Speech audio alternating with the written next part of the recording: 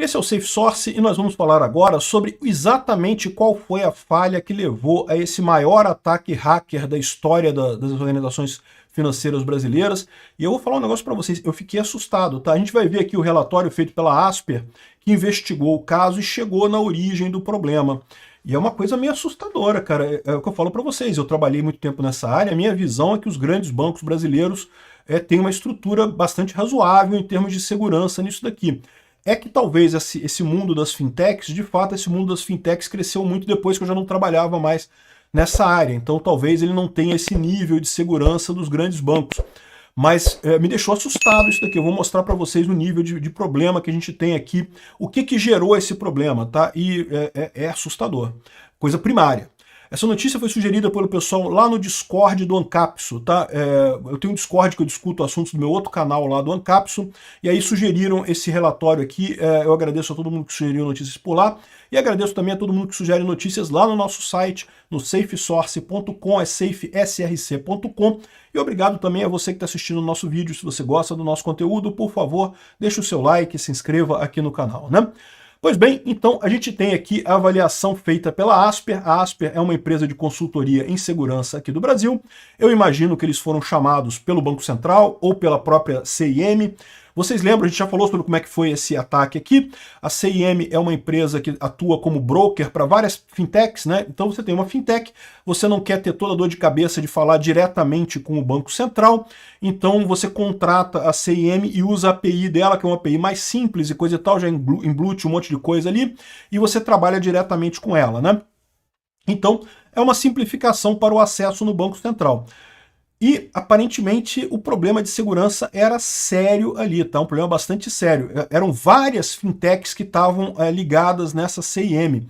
Isso deixa uma coisa, parece uma coisa assustadora no final das contas, justamente porque você passa a ter um ponto único de falha, né? Isso já é uma coisa meio assustadora assim.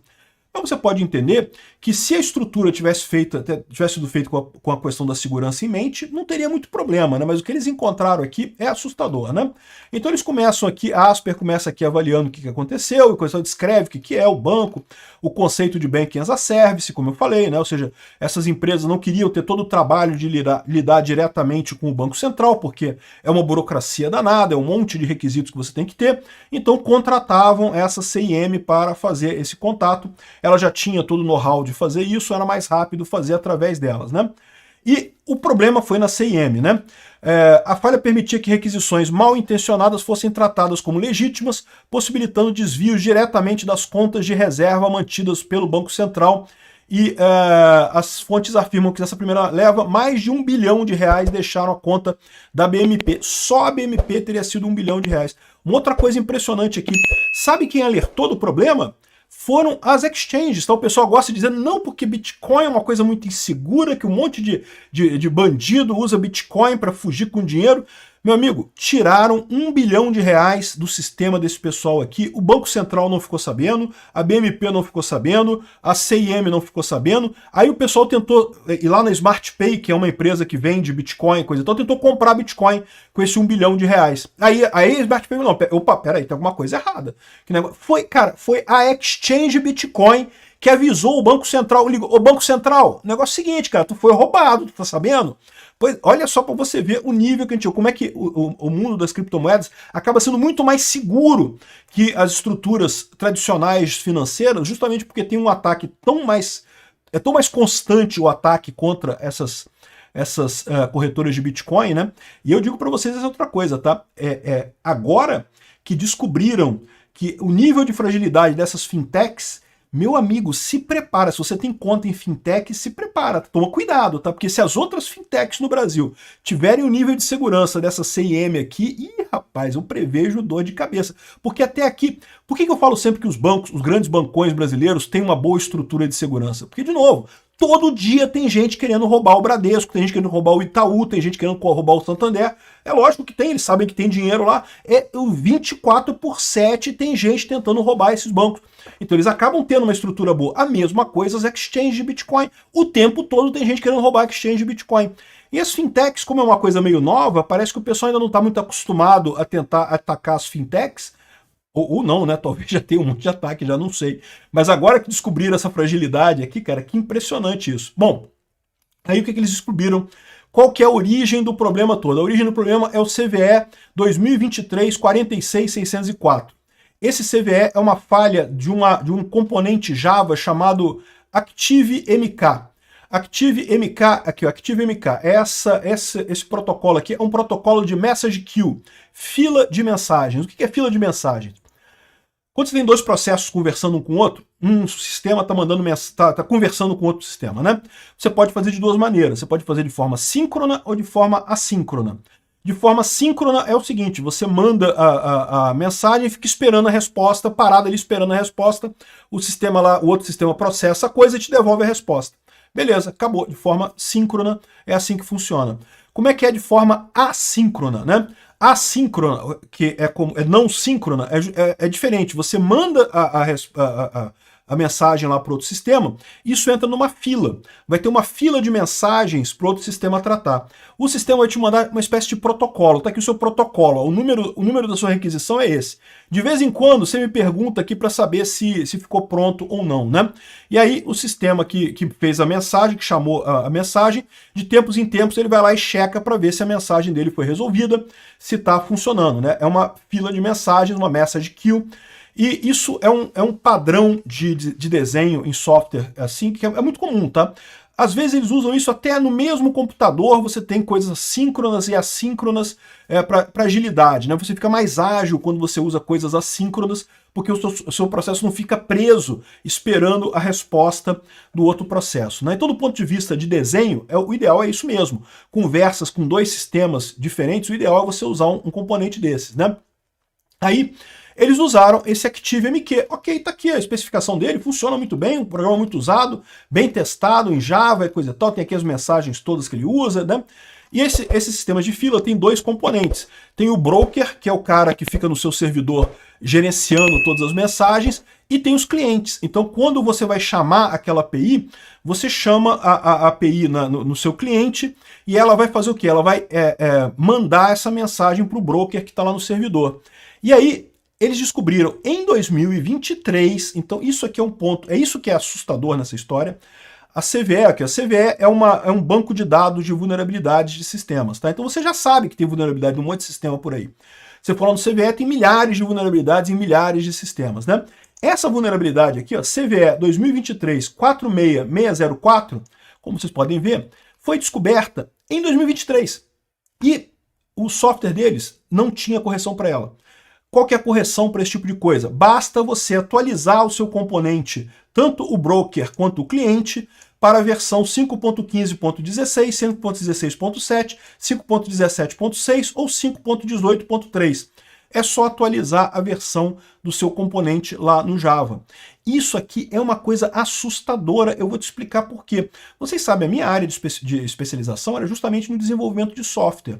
E o que acontece? Uma das grandes melhorias que a gente teve em segurança de software são justamente os sistemas que já avisam automaticamente quando tem uma vulnerabilidade num determinado componente que você está usando. Isso já tem um monte de componente que faz isso. A maior parte dos repositórios Git já tem isso nativo. A gente está falando de Java aqui, mas isso pode ser com qualquer linguagem, tá? Você tem, se o seu código é em C#, você tem lá como é que é o nome do negócio do C# lá? Eu não vou saber o nome da coisa, mas você tem a biblioteca do C#, lá tem um monte de componente do C#, e se tiver um componente com a versão que você sabe que tem a vulnerabilidade, esse banco do CVE aqui é público. Então, o que o sistema de gerência de configuração faz? Gerência de configuração é o sistema que guarda o seu código-fonte. Então, quando você sobe o seu código-fonte para esse sistema de configuração, ele já automaticamente roda um negócio para checar as versões de cada componente que você está usando no seu sistema, e se um desses componentes tiver uma vulnerabilidade, ele já te dá um aviso deste tamanho. Olha, você está usando o componente XYZ que está errado, né? Que está com falha, que tem problema de segurança. Tome cuidado, corrija. Alguns até impedem o deploy, você não consegue. O deploy é você compilar o programa para botar ele para rodar no computador. Se tiver com vulnerabilidade, nem deixa você fazer isso, né? Tem várias possibilidades aqui, das duas uma, né? Ou eles não têm um sistema moderno de gerência de configuração, de guardar código-fonte, o que é mais assustador ainda, Ou então eles têm esse sistema, o sistema avisou para eles que tinha a falha de segurança e eles não fizeram nada. Eu fico assustado com isso, porque as duas alternativas são terríveis, né? Ou seja, ou o processo de desenvolvimento deles é terrível, é antigo, antiquado, não tem as garantias corretas, ou então eles não têm um mecanismo de revisão do código-fonte para apontar essas vulnerabilidades, o que também é terrível, o que também é uma coisa trágica, né? E, de novo, não é só em tempo de compilação. Por quê? Porque você pode ter compilado o seu sistema hoje e não tem nenhuma vulnerabilidade, mas amanhã pode surgir uma vulnerabilidade daquele componente que você usou hoje. Então você tem que rodar também esse sistema de tempos em tempos para checar se não tem nenhum componente com vulnerabilidade.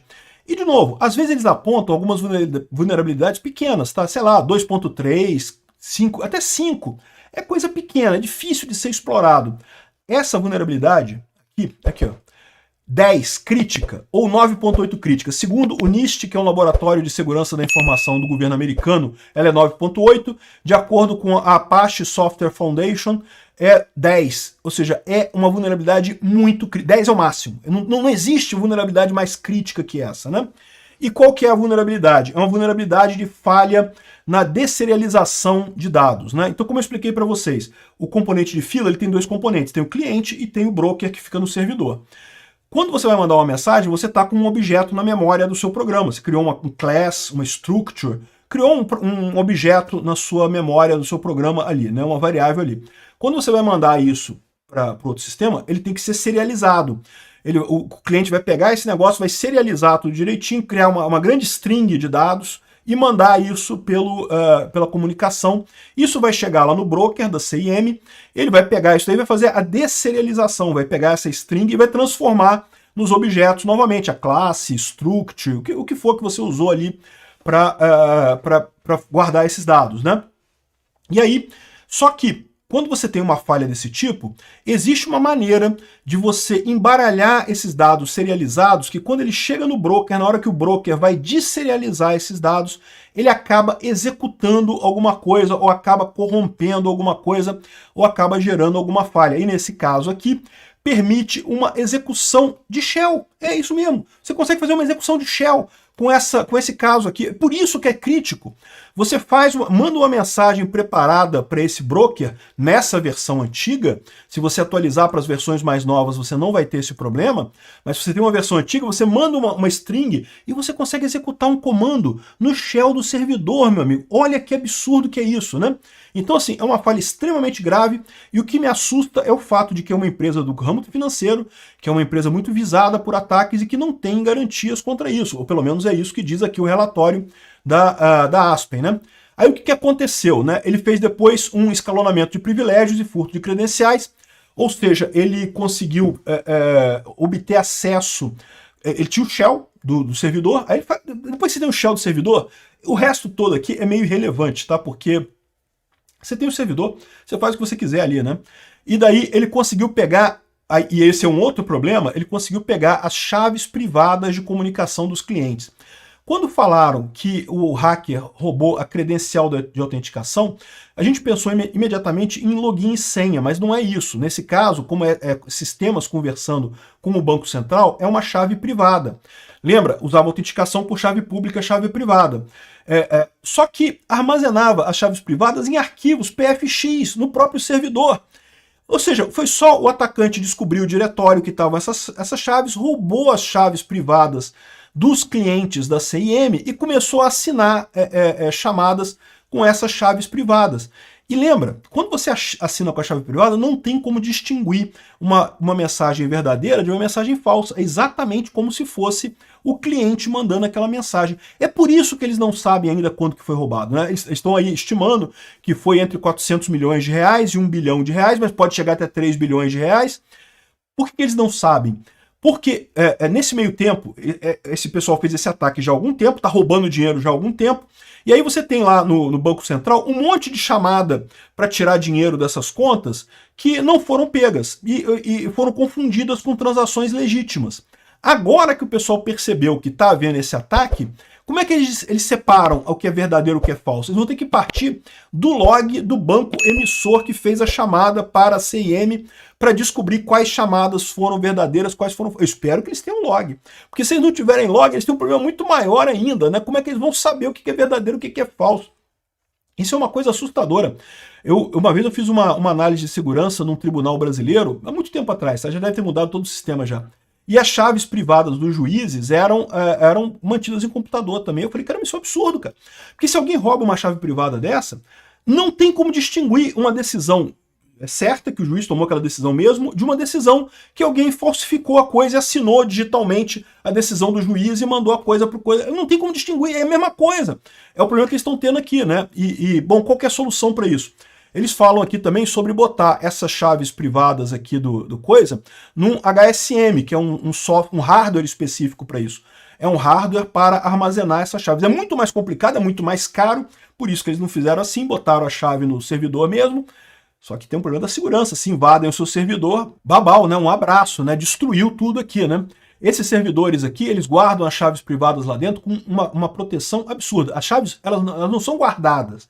Elas são criadas lá dentro. Você não consegue tirá-las de lá de forma alguma. Não tem como tirar a chave. Você pode mandar o dado para ser criptografado por aquela chave e aí você pega o dado criptografado dentro do HSM.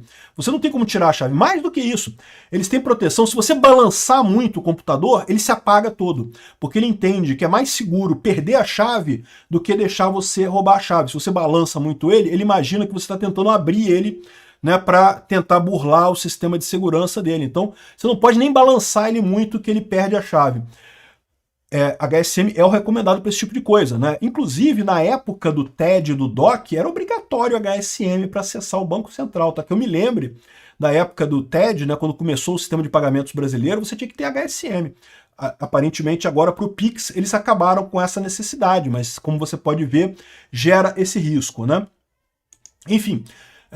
aí, a partir disso, depois que eles roubaram os certificados, eles forjaram mensagens de pagamento e começaram a tirar dinheiro.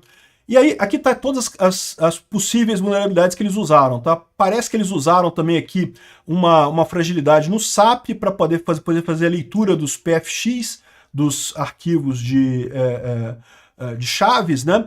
E obter os tokens da API bancária, não sei o que lá, usaram outras vulnerabilidades aqui também. Mas o básico foi isso daí, eles ganharam acesso ao servidor usando essa falha básica, que é uma falha simples de ser resolvida. Se o pessoal tivesse um mínimo de controle no processo de desenvolvimento de segurança, teriam pego esse tipo de coisa. E o mais curioso de tudo, no final das contas, quem apontou a coisa foi a SmartPay, cara. Foi a empresa de criptomoeda. Quando esse pessoal sacou 1 bilhão da conta da BMP, então vai ser mais de 1 bilhão esse negócio. Eles não estão colocando 1 bilhão aqui porque 1 bilhão foi pego. Então a SmartPay congelou esse dinheiro, segurou esse dinheiro e ligou para o Banco Central. Ô Banco Central, olha só, aconteceu o seguinte, vocês estão sendo roubados, vocês estão sabendo? Vocês estão ligados que vocês foram roubados? Me chegou aqui uma compra de 1 bilhão de reais em Bitcoin. E eu travei o dinheiro aqui, segurei o dinheiro aqui. Então é por isso que ninguém sabe ainda quanto que foi roubado, tá?